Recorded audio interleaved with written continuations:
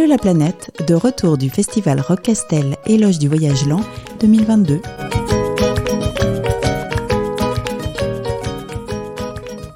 Nous sommes toujours au festival du Rock Castel, au Quai Lart, dans le Larzac. Édition 2022. Oui, 20e édition, ce qui est quand même pas mal, effectivement, pour ce festival qui accueille beaucoup de voyageurs qui font l'éloge du voyage lent, rappelons-le. Et avec nous avons donc Colette et Philippe qui ont fait un voyage il y a plusieurs années à vélo, tous les deux. Colette a voulu emmener Philippe en dehors de la France. Comment s'est passé ce voyage ? Donc vous avez présenté un diaporama au festival. Pourquoi la Mongolie ? Ouais. Commencer par le début. Alors, pourquoi à vélo ? oui. Et vers la Mongolie. Alors, en fait, c'est un rêve que j'ai depuis très très longtemps. On a tous des rêves, hein, même de gosses. Et moi, c'était plutôt en tant qu'adulte, j'avais un rêve de faire un voyage à vélo. Parce que j'ai une frangine qui voyage à vélo et ça me donnait trop envie. Et puis, les circonstances ont fait que j'ai rencontré Philippe, un gars qui fait du vélo. Et parce qu'on s'est rencontrés lors de Vélorussion, donc c'est une manifestation pour promouvoir le vélo en ville à Angers. Et donc voilà, on a fait connaissance et tout. Et puis franchement, moi j'ai un collègue qui est décédé à 45 ans d'une crise cardiaque dans sa salle de bain en se brossant les dents. Et là, le soir, j'ai dit non mais Colette, t'as un rêve, il faut le faire. Il faut le faire. Donc j'ai été voir Philippe, puis j'ai dit écoute, moi j'ai envie de faire un voyage à vélo. Est-ce que tu viens avec moi ? Et puis ma réponse a été tout simplement, pourquoi pas ? Et alors là, pof, c'est décidé. Et alors quand je reprends mes petites notes, parce que je faisais des petites écritures comme ça, mais des années avant, et j'avais marqué Mongolie sur ma petite note, voyage à vélo, Mongolie, Équateur ou Népal.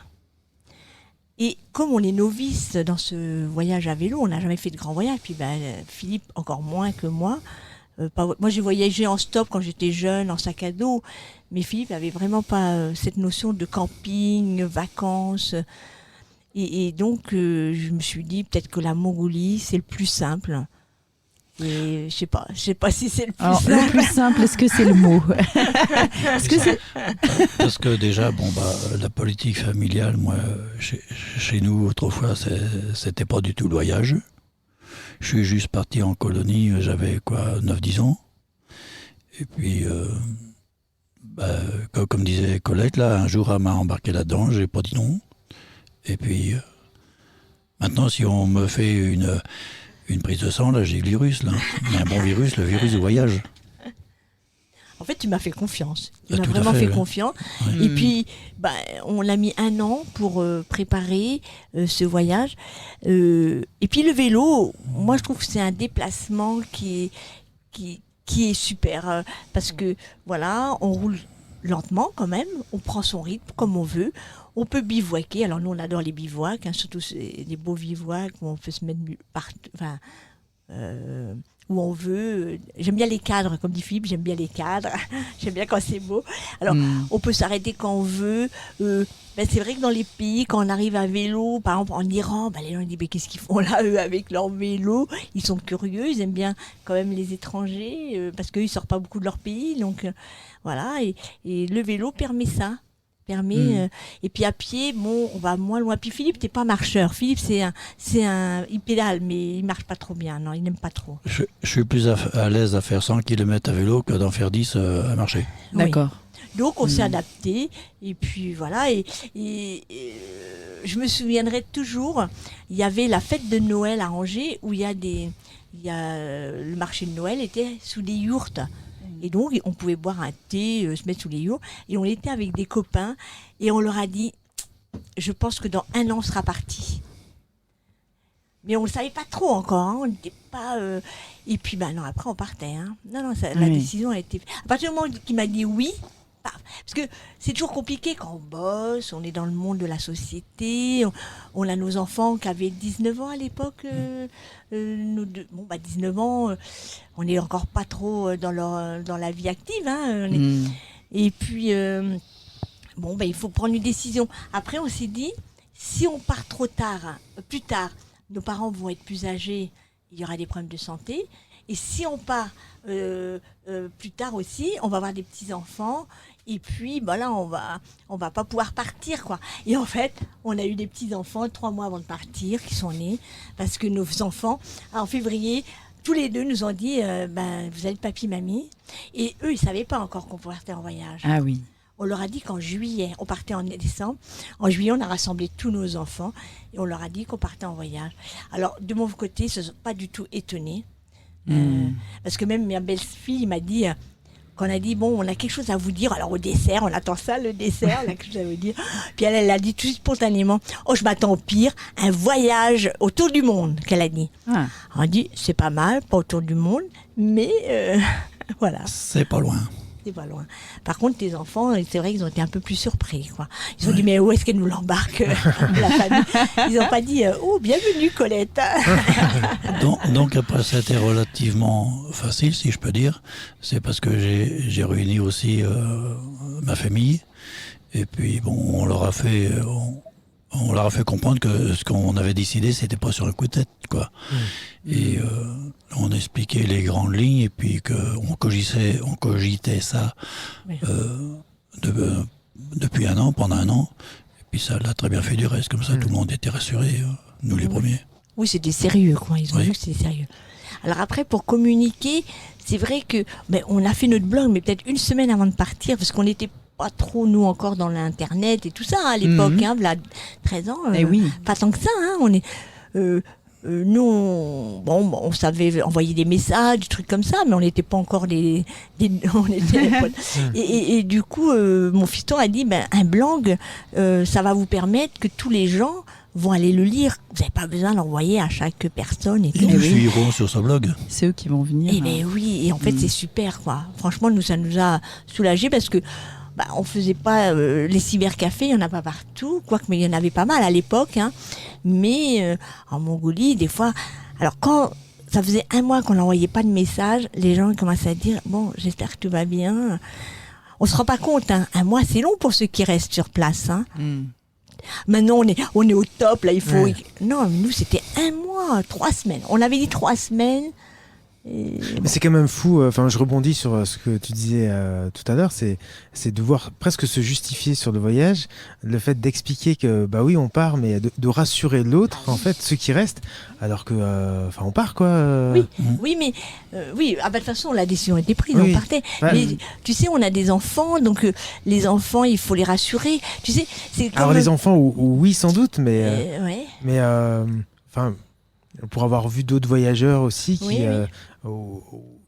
qui ressentent ou qui prennent avec eux la crainte les peurs de la famille, ceux qui restent, qui ne voyagent pas et qui se disent mais ils sont fous, qu'est-ce qui va leur arriver en voyage, on va aller si loin, si longtemps. ouais. Et puis l'Iran, mais ils vont aller en Iran, mais ça va pas. Et Oui. T'as carrément raison. Ah bah oui. c'était ça aussi, vous avez cette Et réaction comme on le dit dans notre diaporama là, c'est que l'Iran, c'est un petit peu les médias de l'époque qui noircissaient le tableau parce que on nous l'a recommandé maintes et maintes fois. Bien sûr. Et On n'a pas été déçus. on a Ils sont trouvé ça adorables. relativement facile finalement. Ouais. Oui, l'Iran, tous les voyageurs qu'on a, c'est le pays. Ah bah oui. Tu nous demandes quel pays on a préféré, on va te dire la Turquie, l'Iran Et la Mongolie. Et quand vous êtes parti avec vos vélos, les vélos que vous aviez à l'époque? On a commandé nos vélos à Paris, chez Randocycle, et l'équipement sur Rando Boutique à côté. C'était dans le 12e à l'époque, parce qu'il n'y en a plus maintenant. Et donc, Paul et Arthur, qui a écrit un guide du voyage, il nous avait conseillé quand même des cadres en alu, des cadres en acier, parce que l'alu, si ça casse, n'importe quel pèlerin ne peut pas le souder. Pas de frein disque, pas de suspension, parce que c'est fragile, donc il fallait aller au plus simple. Un modèle homme, un modèle femme, les mêmes dimensions de roues, le tout au plus près, un vélo de l'autre, pour simplifier la mécanique et aller au plus simple, quoi. et puis les pièces de rechange, quoi. Oui. Parce que si t'as pas le même vélo, bah, t'es obligé d'emmener des pièces de rechange pour un vélo, pour l'autre. Nous, c'était pareil, donc voilà. Puis quand même, à l'époque, ça a évolué encore davantage maintenant, mais on avait quand même des bons produits dans le vélo déjà proprement dit, mais aussi l'équipement comme les pneus, des pneus Cholbey marathon ou extrême, je sais plus trop. Et je les ai changés 3 ans après le voyage. Ils avaient quand même, mon dernier pneu arrière qui était d'origine, il avait plus de 22 500 km. Ah oui. Ah oui. Des pneus qui sont censés faire 5000 km, c'est ça? Peut-être. Qu'on les avait dit. Alors, il y a des circonstances qui me font encore sourire, c'est que quand on voit des ados là, qui sont en train de faire des dérapages au freinage avec le pneu arrière, je me dis, oh toi, ton pneu, il va pas faire 22 500 km. Et alors donc, je vous ai coupé la parole tout à l'heure, mais sur le blog, sur donner des nouvelles à la famille, aux amis, ça s'est fait malgré tout bien. Il y a eu quelques fois où il fallait attendre un mois Oui. Disons que des fois, le laps de temps qui était le plus court, c'était 15 jours. Ouais. Et le plus long, c'était 5 semaines à peu près. D'accord. Donc, c'était au prorata de ce qu'on pouvait trouver comme cybercafé. Et en 2009, il y a beaucoup de gens qui n'avaient pas d'ordinateur chez lui. Et donc, des cybercafés, il y en avait un peu partout. Oui, on vous voit, je crois, en Iran, dans un cybercafé, ou en tout cas avec un ordinateur. Oui. Donc là, sur notre blog, on faisait des textes, et puis on mettait des photos, et puis chacun pouvait nous suivre dans notre petit périple, quoi. C'était très simple, hein. On faisait, un petit texte pour dire que tout va bien, on racontait un petit peu ce qu'on faisait, et hop, quelques photos, voilà. C'était très simple, hein. C'était pas... oui. Vous, le voyage a duré combien de temps? 314 jours. 314 jours. Du 14 décembre 2008 au 23 octobre 2009. Alors, pour arriver en Mongolie? On est arrivé en Mongolie le 6 juin 2009. D'accord, donc 6 mois de voyage. Oui. 6 mois de voyage. À quel rythme?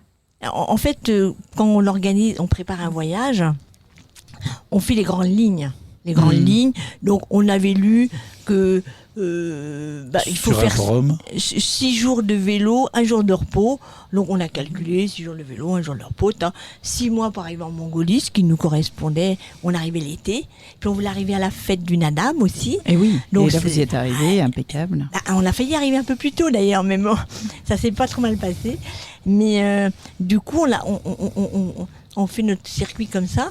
Après, il y a une dame, il m'a demandé ce matin, elle m'a dit, mais vous aviez des cartes et tout? Ben non, on n'avait pas de carte, en fait. Nous, Philippe, t'avais juste fait, par exemple, Ouzbékistan, hop, t'avais été voir sur l'ordi, fait une photocopie du pays avec les grands axes et tout. Ah oui. Et on est parti avec les feuilles de chaque pays, comme ça. Et puis, moi, je dis toujours, de toute façon, en voyage, on se perd pas, parce que, de toute façon, pourvu qu'on avance, et voilà. Si on fait un Bon, faut avancer dans la bonne direction, quand même. Ah ben, faut avancer dans la bonne direction. Oh, la Norvège! Mince, il y a la glace. Non, bien sûr. L'hiver dure longtemps, ici. Faut éviter de faire demi-tour, bien sûr. Non, mais c'est vrai que on a fonctionné comme ça. Alors, quand même, je me souviens quand on était dans l'Altaï russe, on a rencontré, c'était un Espagnol. Oui, c'est un Espagnol. Et lui, il venait faire la Mongolie. Donc, on se croisait. Il nous a donné sa carte mongole. Il nous a dit, bon, voilà, elle est à peu près juste, ok. Et nous, on lui a donné ce qu'on avait pour les pays d'avant, quoi. D'accord. On avait changé de carte. Oui, c'est sympa. Un bon échange, oui. Oui. Parce que on n'avait pas de GPS comme aujourd'hui. C'est vrai que le voyage... Moi, j'entends des gens qui sont partis dans les années 80, mais on n'avait même pas le téléphone, hein. Là, je pense que c'était l'aventure. Hein. Pour moi, c'est... Oui. Même nous, on se rend bien compte, on a fait un deuxième voyage là en Amérique du Sud, 2017-2018. Pas du tout le même rapport avec le téléphone, l'ordinateur. On avait emporté notre petit ordi. Oui. Donc ça, c'était 10 ans après. Oui. C'était une façon de fêter le premier. C'est ça, d'une continuité de. On avait le matos, alors fallait bien l'utiliser. C'était surtout une façon de dire que bon, le premier n'était pas fini, qu'on passait au deuxième. Au deuxième, c'était l'Amérique du Sud. Et moi, j'ai travaillé dans le privé. Et entre 2 départs, il faut 6 ans. Et on avait vu que il restait tellement peu de temps entre le 2e départ et puis ma retraite que ça valait pas le coup de repartir et puis recommencer à bosser après. Donc on a attendu la retraite puis on est parti après. Ouais. C'est-à-dire que j'avais ma dernière journée de travail, c'était le 28 juillet 2017. On est parti le 20 août 17 et j'étais officiellement à la retraite le 1er septembre 17. Ah oui. Et entre-temps, pas de petits voyages sur les congés? Si. Toutes les vacances à vélo. On a fait le canal de Nantes à Brest, on a fait l'île Errance, on a fait Bilbao, Santander en Espagne. Oui. Après, je crois qu'on peut plus s'arrêter. Non. Et même moi, je sais que quand on est rentré en Mongolie, on a eu 1 mois pour se remettre un peu. Moi, je serais repartie, hein. Ah oui, c'est sympa de voir la famille. Bon, là, puis au bout d'1 mois, t'as qu'une envie, c'est de repartir, sauf que tu reprends le boulot, quoi. Parce qu'on avait pris un congé sabbatique, et voilà, mais bon, c'est comme ça. Après, on l'accepte, hein, mais c'est vrai que psychologiquement, il faut se préparer au retour un petit peu quand même. Hein.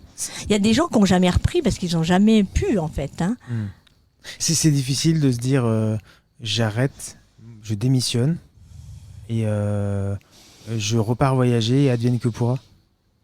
Ah oui, je pense que Philippe n'était pas prêt à ça. Déjà, il était déjà pas prêt. Il est parti 1 an, donc je ne sais pas s'il aurait été prêt. Je ne sais pas, ça s'est pas fait comme ça. Pardon. Disons déjà pour partir, nous ce qu'on a vu c'est qu'on a commandé nos passeports. Et puis c'est déjà la petite graine de la fleur qu'on met dans le pot de fleurs. Et puis après, le passeport, faut le fleurir, quoi. C'est la plante qui grandit. Et puis, faut mettre tout autour de ce qu'il faut pour alimenter ça. Donc, c'est les recherches sur Internet, les cartes, les trucs, les machins, les vaccins, et j'en passe des meilleurs. Puis une fois, ça y est, on est prêt. Puis la date est fixée. Et puis c'est parti un beau matin, un dimanche du 14 décembre 2008. Alors on l'a pas dit, mais vous décidez de partir au mois de décembre, en plein hiver, pas parce que vous aimez le froid, mais parce que vous souhaitez arriver en Mongolie. Pour le Nadam. Ah, c'était... Qui se déroule le 10, 11 et 12 juillet de chaque année. Je croyais que c'était pour arriver pendant une période un peu tempérée, quoi. D'abord, c'était ça. Après, on a vu que le Nadam existait en juillet. On s'est dit, super, on va pouvoir assister au Nadam aussi, quoi. Et on a eu un peu peur parce qu'en fait, les visas, on était très novices dans les visas. Et en fait, on se rend compte que les visas, tu les prends au fur et à mesure. Mais qu'un visa que tu pensais avoir d'1 mois au Turkménistan, par exemple, tu n'as un visa que de 6 jours. Au Turkménistan. Oui, c'est variable d'un pays à mais un oui, autre. il te laisse juste un comment on appelle ça, laisser passer pour une semaine. Oui, c'est ça. Un transit, voilà, c'est juste un transit. Et l'Ouzbékistan, on pensait avoir 1 mois, on n'a eu que 15 jours aussi, parce qu'on n'avait plus d'argent, là, c'était une question d'argent. Du coup, ça te fait déjà 1 mois d'avance. Et on avait un visa de Mongolie que de 1 mois, donc du 6 juin au 6 juillet. Et la fête, c'est le 10-12 juillet. On s'est dit, mince. Ça va pas le faire. Et puis en fait, on a 6 jours près. Ouais, non mais et en fait, on a réussi à renouveler notre visa à Oulan-Bator. Donc ça s'est bien fait, quoi. On a eu 2 mois en fait en Mongolie. Du 6 juin au 31 juillet. Et pour les autres, vous avez fait comment pour quand c'est 6 jours que vous pensez avoir 1 mois? Alors nous, on fait un voyage à vélo, mais on prend aussi, si on nous invite à prendre un camion, on prend le camion. Et là, on a décidé de prendre le bus, en fait. Parce que quand on est arrivé à Ashgabat, quand on a vu la ville que c'était, t'as envie de la visiter, de faire un petit tour quand même. C'est dommage d'arriver puis repartir tout de suite à vélo parce que t'as que 6 jours et qu'il faut pédaler, toi. Donc on s'est dit non. On prend le bus, on prendra le bus. Donc on est resté 2 jours à Ashgabat. On a pris le bus une journée parce que c'est pas grand, Marie et puis Turkmenabad. Et à Turkmenabad, on est resté 2 jours. Donc en fait, nos 6 jours, on a fait un peu de visite dans les 2 villes. Et franchement, ça valait le coup, parce qu'on se rend pas compte, mais Turkménistan, c'est une dictature. T'as un flic à chaque carrefour. Tu fais pas ce que tu veux, Et comme on a pris le bus, on a vu le peuple quand même, comment il était et tout. Et ils paraissent heureux, ils ont de la bouffe, ils sont vraiment... on sent qu'ils ont de l'abondance en nourriture, parce qu'on a vu les marchés, il y avait de la nourriture et tout. Mais attention, ils font pas n'importe quoi. Hein. Oui, on voit bien que c'est tout ça, ça va droit, quoi, en fait. Hein. Donc nous, pareil, il fallait... On avait rencontré des gens, enfin moi je l'ai lu, qui avaient traversé le Turkménistan à vélo. Et en fait, bon, il n'y a qu'une route, donc il y a beaucoup de camions, il y a beaucoup de véhicules. Et c'est le désert, il n'y a rien en fait. C'est le désert. Donc quand on a traversé en bus, on dit bon, on a bien fait de ne pas prendre le vélo. Hein. Par contre, après, on prend le vélo en Ouzbékistan. Il y a vraiment cette partie-là. Et puis, une fois, on a pris un peu le bus, c'est en Iran, parce que on avait un visa de 30 jours et que on n'était pas arrivé à la frontière, que on s'est dit ça va être un peu juste. Donc on s'est rapproché un petit peu plus vite avec... vous savez, prenez un bus de 200 km, pour nous c'est 4 jours de vélo. Hein. Enfin, à peine, c'est 3 jours, on va dire 3 jours de vélo, allez. Puis si on pousse plus, ça fait 2 jours, mais là faut... En moyenne, vous faisiez combien de kilomètres par jour ? Entre 60 et 90, un petit peu moins en Mongolie, parce que c'est davantage de la terre battue, avec ce qu'on appelle la tôle ondulée. Ouais. Et donc là on faisait 40, 30-40. 30-50 par là, oui. C'était ce que vous aviez prévu au départ ? Oui. On avait prévu 60-70, à peu près. Oui, ça correspondait. Notre circuit n'était pas trop mal fait, en fait. Et donc, dans ce que tu disais tout à l'heure, c'est qu'on avait vu sur un forum qu'il y en a qui faisaient 6 jours de vélo et au moins 1 jour par semaine de repos. Ouais. Et en fait, quand ça roule bien, quand il fait beau, quand on n'est pas fatigué, c'est complètement aléatoire. Oui. Parce qu'on peut rouler 2 jours et puis on s'arrête, et puis, ou alors on peut rouler pendant 10 jours, 15 jours, puis là on s'arrête. Donc nous, ça nous convenait tout à fait, parce que...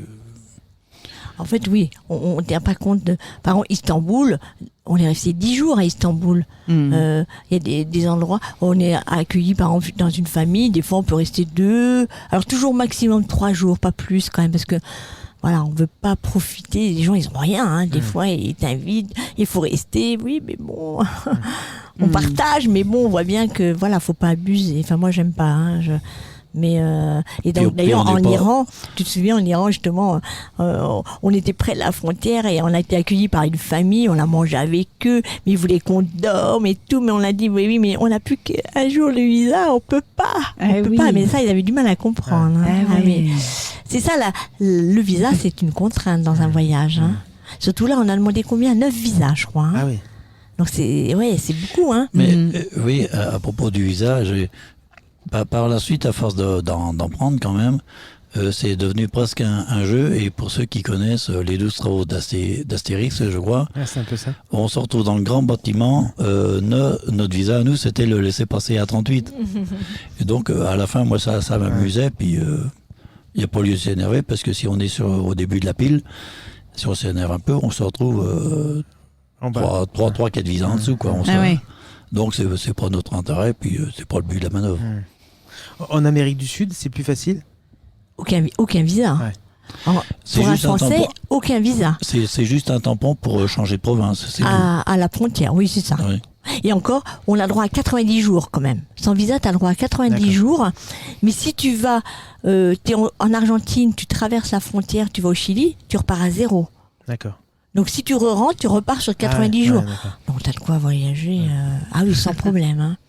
Même Bolivie, Pérou, tout ça, il n'y a pas besoin de visa pour le français. Parce que je pense qu'il y a des... je ne sais plus quelle nationalité, mais il y a d'autres étrangers qui ont besoin d'un visa. Et on disait, mais on connaît le visa. Par exemple, le visa, c'était kazakh. Donc nous, le visa kazakh, on va le prendre en Ouzbékistan. Donc on va à l'ambassade du Kazakh en Ouzbékistan. Donc voilà, on se démerdait pas trop mal par rapport à trouver les adresses et tout. C'est vrai qu'on, je sais plus comment on faisait, mais on trouvait. Oui, sans téléphone, sans rien. Oui, non, mais c'est vrai. On disait, les gens, ils t'indiquent, les gens. Maintenant, on parlait aux gens. Maintenant, on regarde sur notre téléphone, c'est facile. Mais oui. Mais avant, on disait, oui, on veut aller là, alors, ambassade, bon, le gens, allez hop, puis d'une personne à l'autre, on arrivait à l'ambassade qu'il nous fallait. Et bon, bah, malheureusement, comme c'est des gens qui ont des horaires, par exemple, vous avez fait la queue toute la journée et vous arrivez, 17h arrive, et là, on dit stop, demain. Tomorrow. Ouais. Ah, ça, on l'a entendu souvent. Tomorrow. Et alors là, non, c'est pas possible. Bon, bah, on revient demain. Et là, on a pris 2 bonnes heures d'avance. Et ce qui est drôle, c'est que les gens qui étaient avant nous, juste, on avait déjà discuté un peu avec eux, qui étaient kazakhs, et ben, ils sont revenus le lendemain 2 heures avant. Donc, on se retrouvait là. Oui. Mais on était en début de file. Alors, il y avait déjà une petite file, mais bon, on était en début de file quand même. Déjà, bon, c'était des petits liens qui s'instauraient parce qu'au bout de 3-4 jours, on reconnaît, on voit les mêmes personnes. Ouais. Après, le visa iranien, on l'a pris en Turquie, donc à Istanbul. Et non, c'était le turkmène. Voilà, le turkmène. Alors le visa turkmène, c'était, vous savez, comme dans les couvents là, où il y a une petite porte en bois et on frappe. Donc je frappe, le gars il ouvre, on voit juste sa tête là, et puis je lui explique en anglais que je veux le visa turkmène. Et là, il me dit, pof, il me referme la porte. Pas possible. Et alors, le monsieur qui est à côté de moi, il m'explique en anglais que il n'avait pas compris, j'avais pas bien parlé anglais. J'ai dit, bon, ben Philippe, faut que je m'améliore, je refrappe, je réexplique, et là, il a compris. Donc, j'ai fait du mieux que je pouvais. Il a compris. Et là, on est revenu combien ? 3 fois. 3 fois. Et là, il nous disait, tomorrow. Et puis, quand même, la dernière fois, c'est que il nous l'a pas donné le visa. Non. C'est drôle parce que moi, j'étais persuadé qu'il l'avait. Donc, comme on est des voyageurs, on n'est pas pressé. Il faisait un beau temps. Ouais. Il y a une petite cour, il y avait un banc. On s'assoit sur le banc.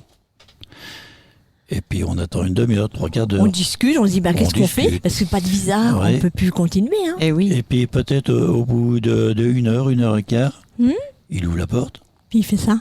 Il nous fait signe de venir. Avec son petit doigt, il nous On fait, y va. mais non par là.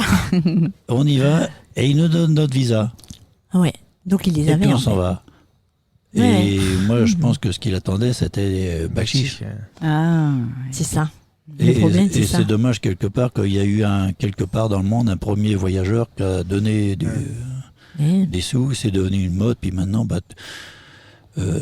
l'administration de n'importe quel pays, je pense qu'ils attendent un peu de ça, mais il faut pas se prendre au jeu, parce que d'abord le voyageur, il a un petit peu d'argent, c'est pour ça qu'il voyage, mais chaque voyageur ne s'appelle pas Crésus, quoi. Oui, c'est sûr. Un prochain voyage en préparation pour dans 10 ans ou avant? Comment on dit ? Non. Disons que celui de la Mongolie n'était pas terminé, qu'on passait au deuxième, l'Amérique du Sud. Oui.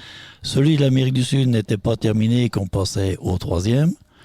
Mais comme Coco, elle a eu quand même quelques sérieux problèmes de santé à Trujillo, là, on ne sait pas trop ce qu'on va faire dans les mois, les années à venir. On avait quand même une option sur le Danube de sa source, qui n'est pas proprement dit une source, jusqu'au delta. Et moi, sur la petite carte, là, j'avais vu que le delta était pas loin d'Istanbul quand même. Il y a que 1000 km. Et que ça aurait été bien qu'on descende jusqu'à Istanbul. Alors, ce n'est que partie remise, comme on dit. Voilà. C'est vrai qu'aujourd'hui, bon, malheureusement, par rapport à ma santé, je peux pas faire de vélo. Mais c'est vrai que quand je vois les tandems et tout, je me dis, il faut qu'on repense comment on peut voyager autrement que moi, je ne sois pas autonome, quoi. Donc, voilà, je pense qu'on va y réfléchir. Bon, pour le moment, moi, je suis pas à la retraite encore, je suis en activité. Donc, voilà, bon, là, je suis en arrêt maladie, mais voilà, je me dis... dans la carriole. Ça laisse le temps de Oui, la réflexion. carriole. Il est encore prochain. tout jeune. Oui, non, mais Ça, je pense qu'on rien. fera... Après, peut-être ça sera que en France, je ne sais pas. Mais oui, on repartira, ça c'est sûr. Des vélos électriques. Ça peut se faire aussi. Ah, on n'est pas prêt. On n'est pas prêt à ça, le... J'en ai essayé 1 ou 2 fois, je suis pas... Ouais. j'aime bien convaincu. ressentir l'effort dans les cuisses. Ah oui. Je suis pas prêt pour ça. Non, et puis bon, après, bon... Je il y a disais que juste ça pour les- tirer la carriole, en fait. Oui, c'est ça. juste, Il y a que les imbéciles qui changent pas d'avis, on dit. Mais c'est vrai que nous, on était allé voir le désert, le Salar d'Uyuni, où en fait ils sont en train de retirer tout le lithium pour faire les batteries, faut le savoir ça, et on sait pas les recycler les batteries. Alors c'est vrai que l'électrique, voilà, ça nous reste un petit peu pour le moment. On se dit, on a encore l'énergie des jambes, Oui. notre Oui. propre carburant à nous. Donc on est encore un peu dans cet esprit-là. Après, je vais peut-être changer Et d'avis puis, avec ma santé. C'est vrai que peut-être. Et moi, personnellement, je suis formellement persuadé qu'on va beaucoup plus loin avec un vélo mécanique qu'un vélo électrique. Oui, oui, sans doute. Encore une fois, c'était plus sur la boutade et Oui, ah oui. et, Voilà, oui, tout à fait. et Pour les la problèmes de carrière. santé. Je me disais que ça Mais pouvait moi- ça pouvait aider Mais un moi, je vélo suis électrique légère, pour. moi je suis légère. Mais je dis toujours que je charge mon mulet.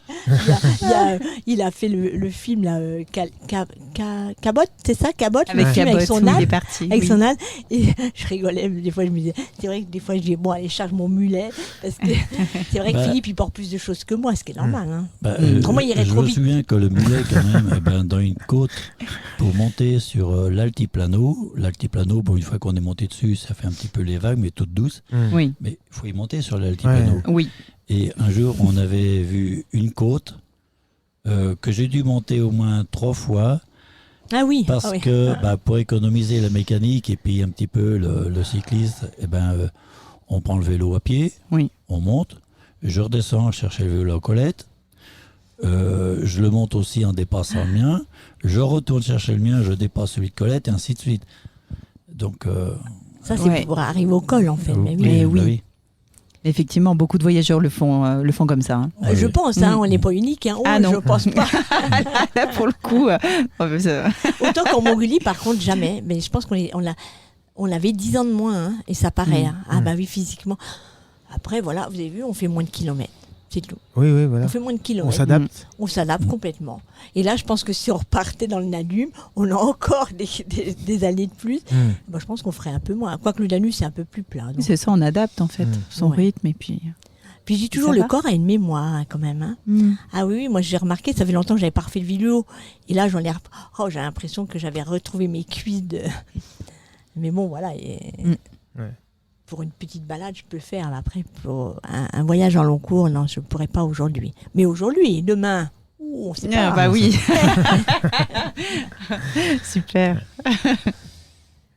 Colette et Philippe, merci De d'avoir rien. Merci à tous les deux. participé à cette petite interview. Ça a tout le temps été un plaisir pour nous de faire des récits. J'aime pas tellement conférences, je préfère récits de voyage. On y prend un énorme plaisir.